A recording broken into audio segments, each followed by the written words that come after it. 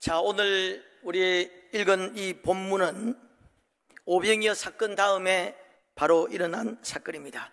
오늘 45절부터 읽었는데 44절 보면 떡을 먹은 남자는 5,000명이었더라 그랬습니다. 오병이어 사건 끝나고 45절 보니까 즉시 제자들을 재촉했다 그랬습니다. 오병이어 끝나고 좀 이제 오병이어 때 이미 벌써 날이 저물었죠. 지금 밤입니다. 밤이고 좀 쉴만한데 예수님이 특별히 재촉하셨다 하는 겁니다. 이 원문에도 보니까 아주 몰아가고 강요하셨다는 겁니다. 예수님이 굉장히 서두시면서 힘주어 말씀을 하셨습니다. 뭔가 어떤 의도가 있었겠죠. 자, 그 이유가 우리 복음서에 잘 나와 있는데, 자 52절을 보시면은 이는 그들이 그 떡 떼시던 일을 깨닫지 못하고 도리어 그 마음이 둔하여졌다 그랬습니다. 여러분, 떡이 오병이어의 기적을 그 현장에 있으면 바로 그냥 영안이 열리겠죠. 이분이야말로 하나님의 아들이다, 믿음이 충만했을 것인데 마음이 좀 둔하여졌다는 겁니다. 지금 7장이죠. 여러분 8장을 한번 펴보시기 바랍니다. 8장 17절. 떡 7개와 물고기 2마리로 4,000명을 먹인 비슷한 사건이 나오는데, 그 사건 다음에 우리 8장 17절부터 20절까지 교독하겠습니다. 예수께서 하시고 이르시되 너희가 어찌 떡이 없으므로 수군거리느냐, 아직도 알지 못하며 깨닫지 못하느냐, 너희 마음이 둔하냐.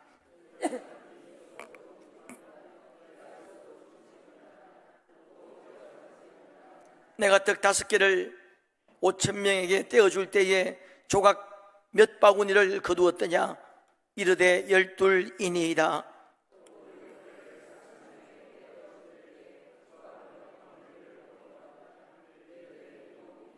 이르시되 아직도 깨닫지 못하느냐 하시니라. 이 제자들이 계속 깨닫지 못하는 거예요. 그 마음이 둔하여졌다 여기도 나오고 7장 52절에도 나오죠. 이 둔하여졌다 이 말은 이게 헬라어로 포로오라고 하는 단어인데 성경에 5번 나와요. 여기 2번 나오고 2번은 완고했다 이렇게 번역되어 있고 또 한 번은 완악하다 이렇게 번역되어 있습니다. 하여튼 제자들의 마음이 뭔가 바로 알지 못하고 어두워졌다는 것입니다. 뭘 깨닫지 못했느냐? 예수님이 하나님의 아들이신 것을 제대로 바로 깨닫지 못했다는 거예요. 그가 창조주이신 것을 깨닫지 못했다는 겁니다. 먹을 것이 생겼다고 좋아하기는 했는데, 예수님이 능력이 많으시다고 좋아하기는 했는데, 이분이 구세주요, 하나님의 아들이요, 생명의 떡이라고 하는 것을 잘 몰랐다는 것입니다. 이것이 요한복음에 또 잘 나와 있는데, 요한복음 6장에 보면은 오병이어 기적 사건 이후에 사람들이 억지로 붙들어 임금으로 삼으려는 줄 아시고 혼자 산으로 기도하라고 하셨다는 거예요. 여러분, 떡이 막 생겼어요. 병자 고침 받죠. 먹을 것이 생기죠. 임금 삼기 좋잖아요. 그럼 되잖아요. 지금도 만약에 우리나라의 경제를 그냥 발전시키고 뭐 이거 되면 대통령 되겠죠. 무리들은 당시 어려운 상황에 병을 고치고 이 먹는 문제가 해결되니까 임금으로 삼으려고 했다는 겁니다. 그리고 제자들은 또 예수님 때문에 어떤 한 자리 차지하려고 그런 기대가 있었다는 겁니다. 그래서 여러분 요한복음에 보면은 사람들이 쫓아오니까 요한복음 6장 26절에 내가 진실로 진실로 너희에게 이르노니, 뭐 진실로 이렇게 강조까지 할 필요가 있겠나 싶은데 무슨 말씀이 있느냐면 너희가 나를 찾는 것은 표적을 본 까닭이 아니요 먹고 배부른 까닭이다. 여러분, 그러면서 이제 유명한 말씀을 합니다. 썩을 양식을 위하여 일하지 말고 영생하도록 있는 양식을 위하여 일하라. 나는 생명의 떡이니 내게 오는 자는 결코 줄이지 않을 터이요 나를 믿는 자는 영원히 목마르지 아니하리라. 이걸 사람들이 이해를 못했습니다. 못하고 막 수군거리니까 예수님께서 수근거리지 말라 그랬어요. 너희가 나를 찾아온 것은 표적을 본 까닭이 아니고 먹고 배부른 까닭이다 그랬습니다. 여러분, 표적의 목적이 뭐냐면 예수님이 하나님의 아들이시라고 하는 것을 보여주는 것이 표적의 목적이거든요. 표적 그 자체가 중요한 것이 아니라 표적은 하나님의 아들이심을 보여주는 건데, 그건 보지 못하고 배부른 까닭으로 나를 찾아왔다는 겁니다. 요한복음 20장 21절에 요한복음의 기록 목적을 기록하고 있는데, 오직 이것을 기록하면 너희로 예수께서 하나님의 아들 그리스도이심을 믿게 하려 하며 또 너희로 믿고 그 이름을 힘입어 생명을 얻게 하려 하심이라. 이 복음서를 기록한 목적이 뭐냐면 예수님이 하나님의 아들이시라고 하는 것을 믿게 하려고 기록했다는 겁니다. 여러분, 제가 조금 신학적인 이야기 조금 하면은, 요한복음에는 예수님의 7대 표적이 나와요. 그리고 그 표적 전후에 같이 예수님의 7대 자기 선언이 나옵니다. 나는 무엇이다. 영어로 말하면 I am 이렇게 나오죠. 그러니까 7가지 표적을 보여주면서 예수님이 하나님의 아들이신 것을 이야기하는 건데, 물을 포도주로 변화된 사건, 그 다음에 왕의 신하의 병을 고친 것, 베데스다 연못 38년 된 병자를 고친 것, 오병이어 오늘 이 바다 위로 걸어가신 것, 38년째 된 병자 날 때부터 먹인 자 뜨게 한 것, 이 사람을 고치고 나는 세상의 빛이라 그랬죠. 오병이어 기적 이후에 나는 생명의 떡이라 그랬습니다. 나사로 살리고 나는 부활이요 생명이라 그랬습니다. 그 예수님의 자기 선언이 있습니다. 나는 길이요 진리요, 나는 양의 문이요, 나는 선한 목자요, 나는 참 포도나무요. 이런 예수님의 자기 선언이 있는데, 이게 I am 이렇게 적립니다. I am the way and the truth and the life. 이제 이렇게 자기 어떤 자기 선언이 있는데, 이걸 헬라어로 유명한 겁니다. 우리 신학하는 사람들은 다 아는 거예요. 한번 따라 해보겠습니다. 에고 에이미. 에고는 I건 I, 에이미는 이제 I am, is, 이다 비동사를 말하는데, 에고 에이미, 예수님의 자기 선은 유명하죠. 유명한데 출애굽기 3장에 보면은 하나님이 모세에게 나타납니다. 나타나서 내 백성을 구해라. 하나님이 너를 보냈다고 말하라. 그리 모세가 하나님, 그들이 그 이름이 무엇이냐고 물으면 내가 뭐라고 대답하겠습니까? 그때 유명한 말씀하죠. 나는 스스로 있는 자다. I am who I am. that I am 이라고도 하고, 하여튼 I am, 나는 나다. 나는 스스로 있는 자다. 하나님의 자기 선언이거든요. 근데 이 여러분 구약의 히브리어를, 구약은 여러분 히브리어로 되어 있죠. 신약은 헬라어로 되어 있습니다. 근데 그래서 우리 신학생들은 히브리어 헬라 공부를 오래 해요. 이게 제일 힘들어요. 나는 목사 되고 난 다음에도 계속 공부했는데 헬라어를. 근데 구약의 히브리어를 1세기경에 70명이 모여가지고, 학자들이 모여가지고 헬라어로 번역을 했습니다. 자, 70년 1세기경에 구약 히브리어를 헬라어로 번역했습니다. 이 번역본을 70인역이라고 합니다. 여러분, 너무너무 중요하겠죠. 구약에 있는 단어들이 헬라어로 어떻게 써있는지, 이걸 신약 성서학자들 학자들은 말할 거 없고 성서 신학하는 사람한테는 이 70인역은 너무나 중요하겠죠. 그 70인역에 나는 스스로 있는 자다, I am that I am, 헬라어로 번역을 에고 에이미 번역했습니다. 에고 에이미 호온, 호온은 he is, I am he is, 내가 그다는 거예요. 하나님의 자기 선언인데, 자, 오늘 본문을 다시 한번 봅니다. 50절 보시면은 그들이 놀람이라. 이에 예수께서 그들에게 말씀하여 이르시되 안심하라, 내니 두려워하지 말라. 안심하라, 내다. 이때 에고 에이미 있었습니다. 내다, 내. 두려워하지 마. 나는 하나님이야. 나는 하나님의 아들이야. 나는 창조주야. 지금 말씀하시는 거예요. 이걸 가르치기 위해서 특별히 예수님이 지금 급히 재촉하면서 보냈습니다. 이 배경 본문이 마태복음 14장에 나오는데, 배에 함께 오름에 바람이 그치는지라 배에 있는 사람들이 예수께 절하며 이르되 진실로 하나님의 아들이로소이다. 마가복음에는 빠져 있습니다만 마태복음에는 그때 비로소 당신은 하나님의 아들입니다 고백했다는 거예요. 이걸 가르치기 위함이었어요. 여러분, 이게 너무나 중요하죠. 너무나 중요합니다. 예수님이 하나님의 아들이신 것, 여러분 믿습니까? 그거 믿으면 제가 더 설교할 필요가 없습니다. 예수님이 하나님의 아들이신 것, 그분이 살아계셔서 지금도 우리 속에 거하시고 일하시고 계시는 것이 믿어지면 더 뭐가 필요하겠습니까? 천국과 지옥이 믿어지고 그분이 살아계시는 것이 믿어진다면 끝난 거 아니겠습니까? 눈빛이 좀 달라져야 돼요. 생각하면 막 등골이 오싹하고 소름이 막 끼쳐요.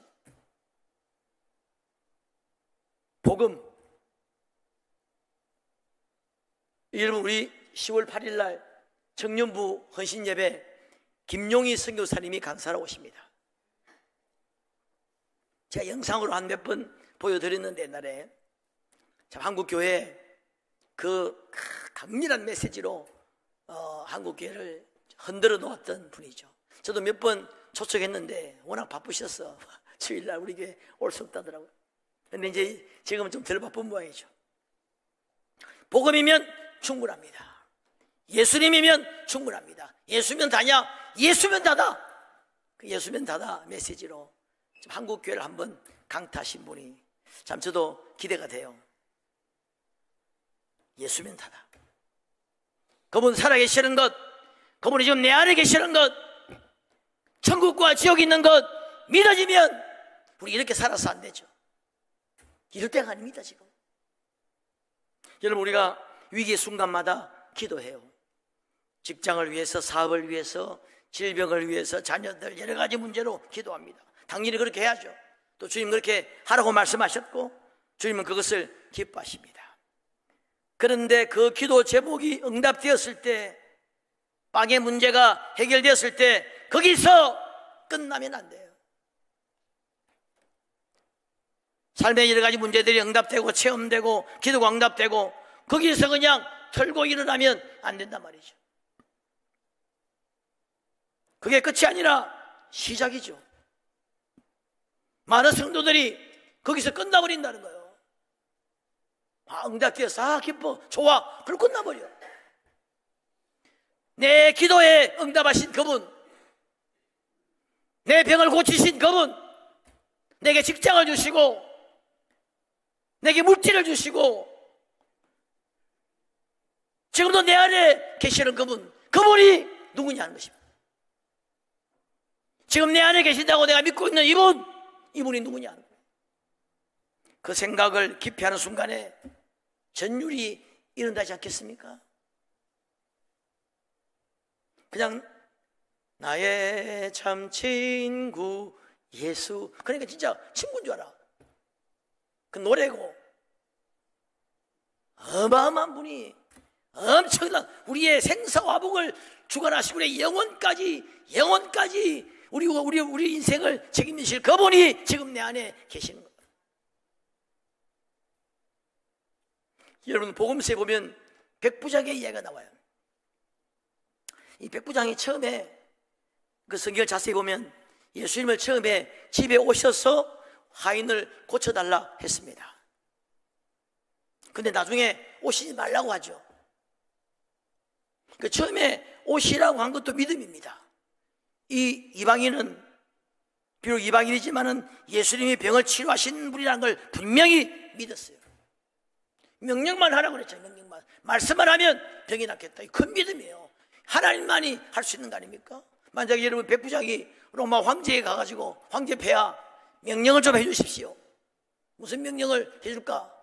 우리 하인이 병이 들었는데 병이 물러가라고 명령을 좀 내려주십시오. 그럼 황제가 이런 미친놈 말이야 이럴 거예요. 황제 못합니다. 하나님만이 할 수 있는 거예요. 하나님이 하나님이라고 믿은 거예요.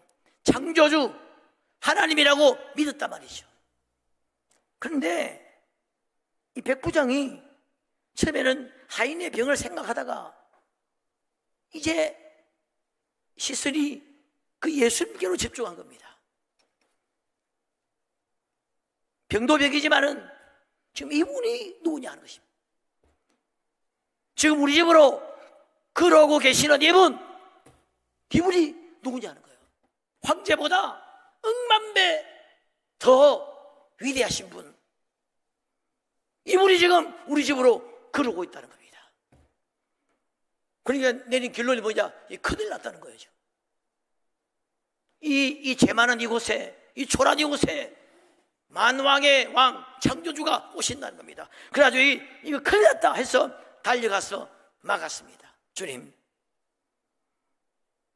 도저히 우리 집 오실 안 될 분이 오시는 거예요.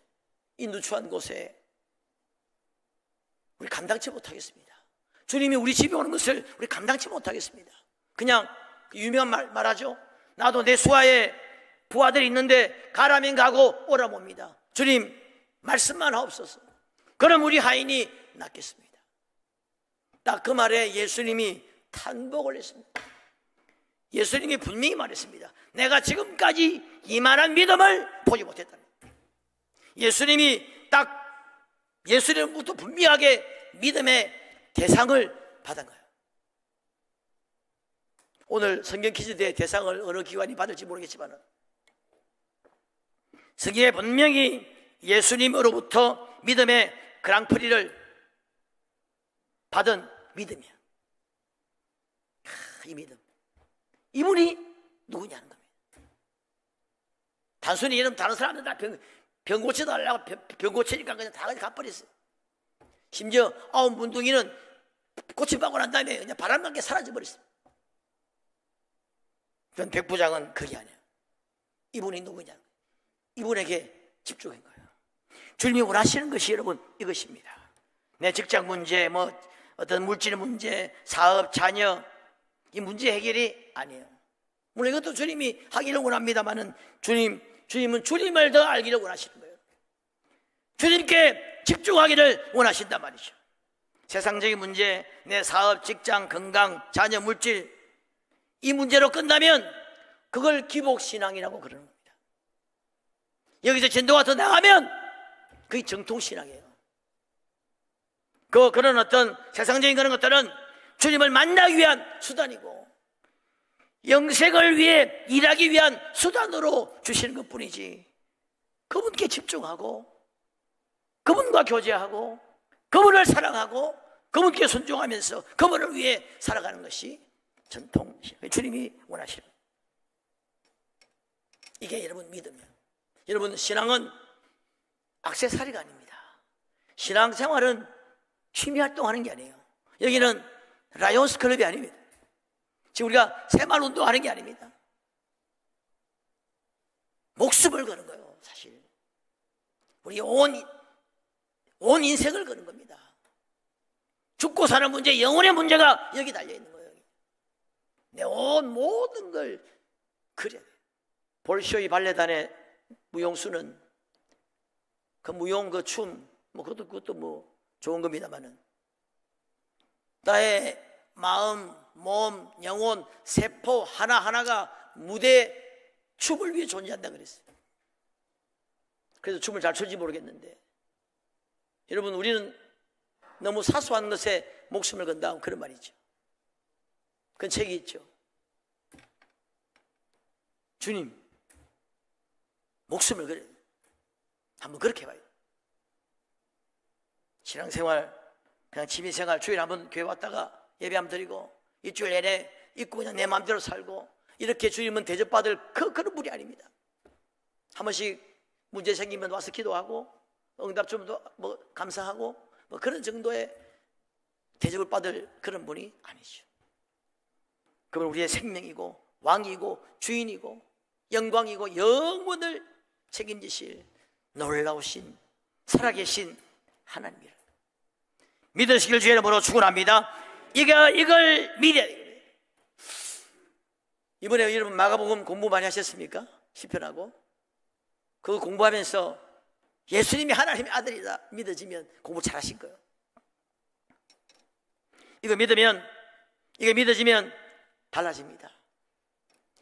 천국과 지옥이 믿어지고 하나님의 살아계심이 믿어지면 달라집니다. 인생관, 가치관, 세계관, 물질관, 역사관 모든 것이 달라질 수밖에 없습니다. 또 달라져야 되고 꿈, 목표, 비전, 우리 생각, 우리 말, 얼굴까지 좀 달라져야 되지 않겠나 싶습니다. 저는 제가 종종 이야기합니다마는 예수님 만나고 정말 그분이 살아계심을 처음에 느꼈을 때 진짜 소름이 돋았어요. 우리 간혹 청년들 그런 표현을 많이 쓰더라고. 찬양을 잘하거나 뭘 잘하면 막 그냥 소름이 돋는다 그러죠. 이건 나도 막 소름이 돋더라고. 그래서 저는 아무런 갈등 없이 주님 만약 신앙하라면 제가 하겠습니다. 선교사 되라면 되겠습니다. 그때 내가 아주 좋아했던 찬양이 아골골짝 빈들에도 복음들. 우리 십장호 대장이 김전사님 어디에서 사역하려고 합니까? 6개월마다 파수 가는데 저는 주저하지 않고 이야기했습니다. 아무 때나 좋습니다. 저 제주도도 괜찮고 그 제주도도 괜찮고 아무 때나 괜찮습니다.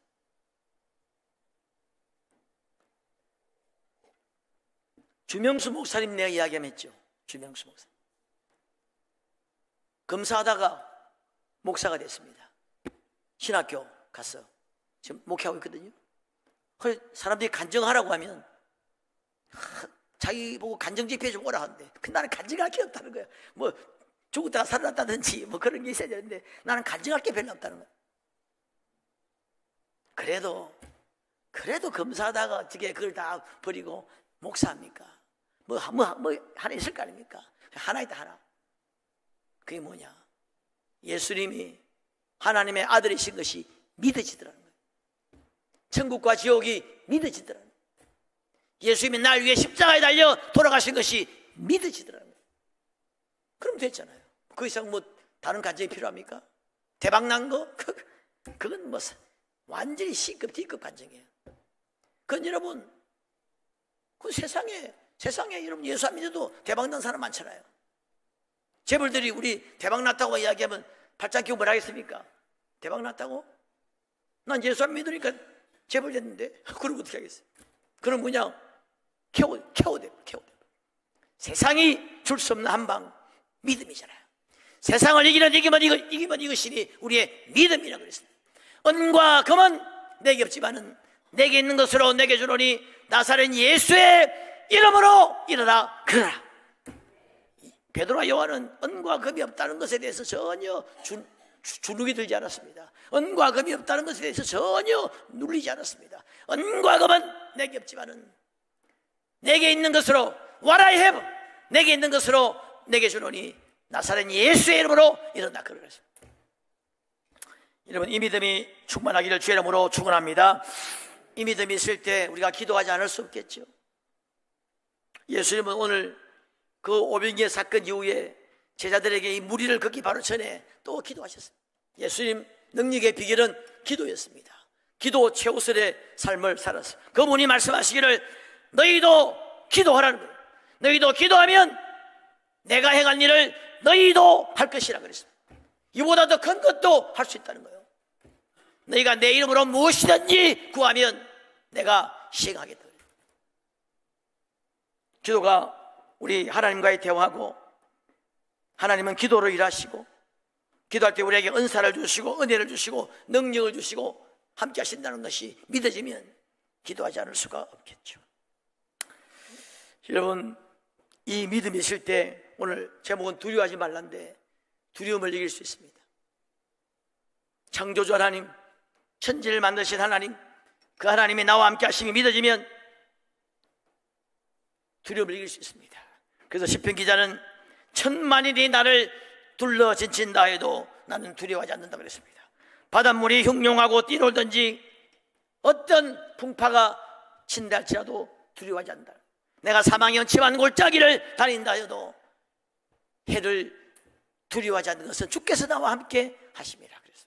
여러분, 이 믿음이 있으면 먹고 사는 문제 때문에 두려워하지 않습니다.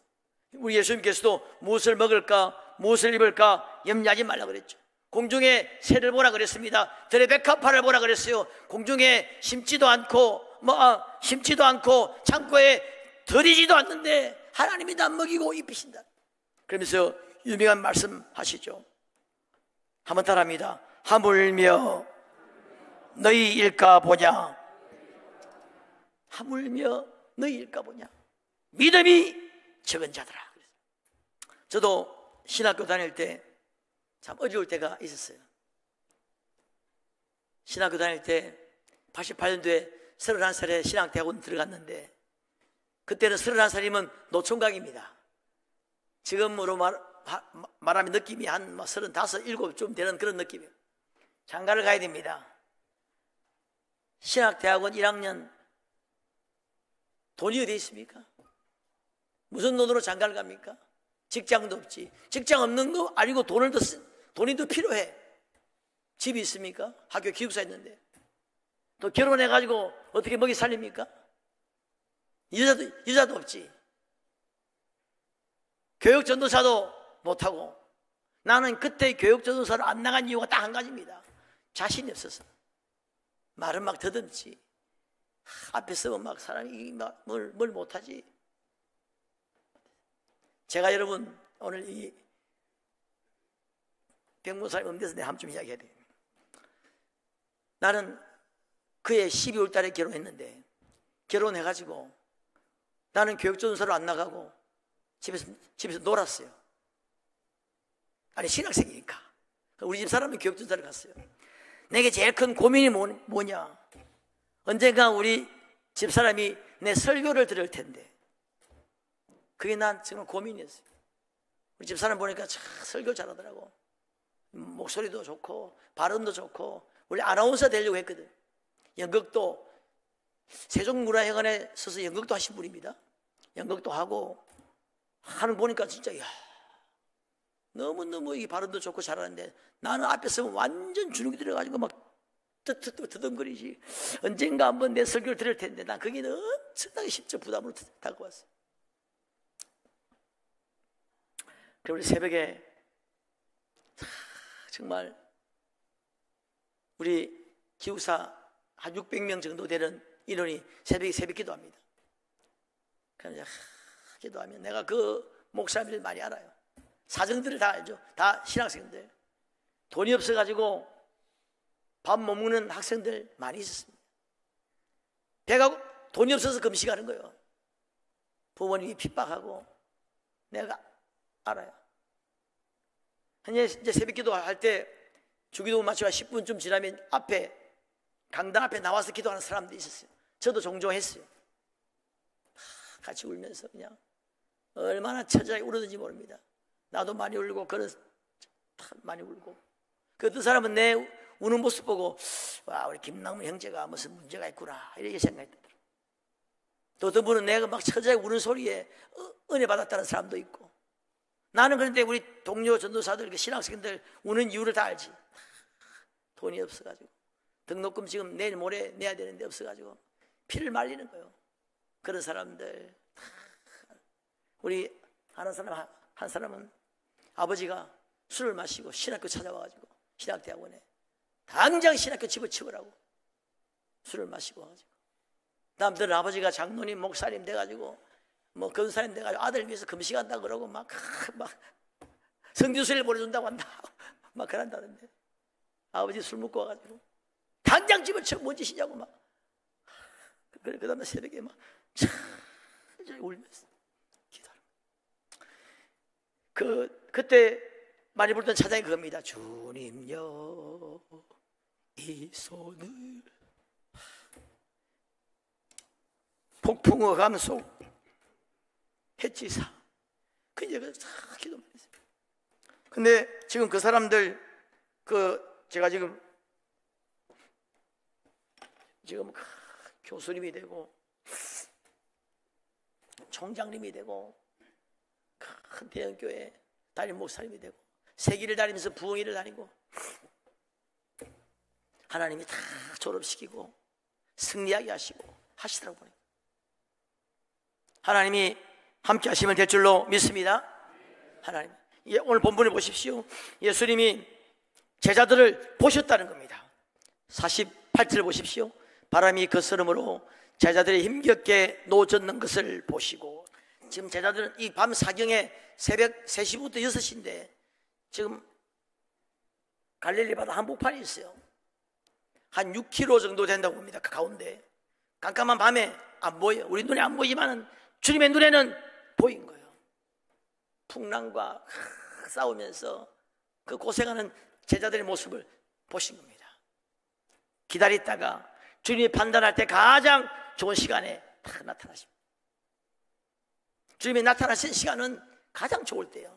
우리가 생각할 때는 어떨 때는 좀 빨리 왔으면 할 텐데 주님의 시간이 가장 좋아요. 다 그때까지 기다리셨다가 가장 좋을 때 주님의 시간에 나타나는 거죠. 안심하라, 내다, 두려워하지 말라 말씀하셨어요. 여러분, 주님은, 저는 옛날에 하용조 목사님이 옛날에 이 설교하시면서 농담 반 진담 반으로 재밌는 이야기를 하셨는데, 예수님이 왜 무리를 걸어오셨죠? 그렇게 질문하는 겁니다. 왜 예수님이 바다 위를 걸어오셨을까? 본인이 내린 대답이 뭐냐면, 타고 올 배가 없어가지고. 그 사람들은 막 웃고 하는데 나는 그때 굉장히 은혜 받았어요. 젊을 때. 그래, 주님은 배가 없어도 오셔. 주님은 배필이 없고 차필이 없어도 오셔. 나는 그렇게 은혜가 되더라고. 은혜 받으려면 여러분 그렇게 받는 거예요. 주님은 감옥에도 오시고 빈들에도 오시고 배편 차편 비행기 편이 없어도 오시고 언제 어디서나 밤사경 새벽 3시에도 오시는 분이에요. 그 주님이 볼지어다 내가 세상 끝날까지 너희와 항상 함께 있으리라 그랬습니다. 여러분, 믿음을 키우기를 주의 이름으로 축원합니다. 그리고 기도하고 주님을 의뢰하면 우리에게도 주님의 은혜와 능력이 나타날 줄 믿습니다. 승리하는 여러분 되시기를 주님의 이름으로 축원합니다.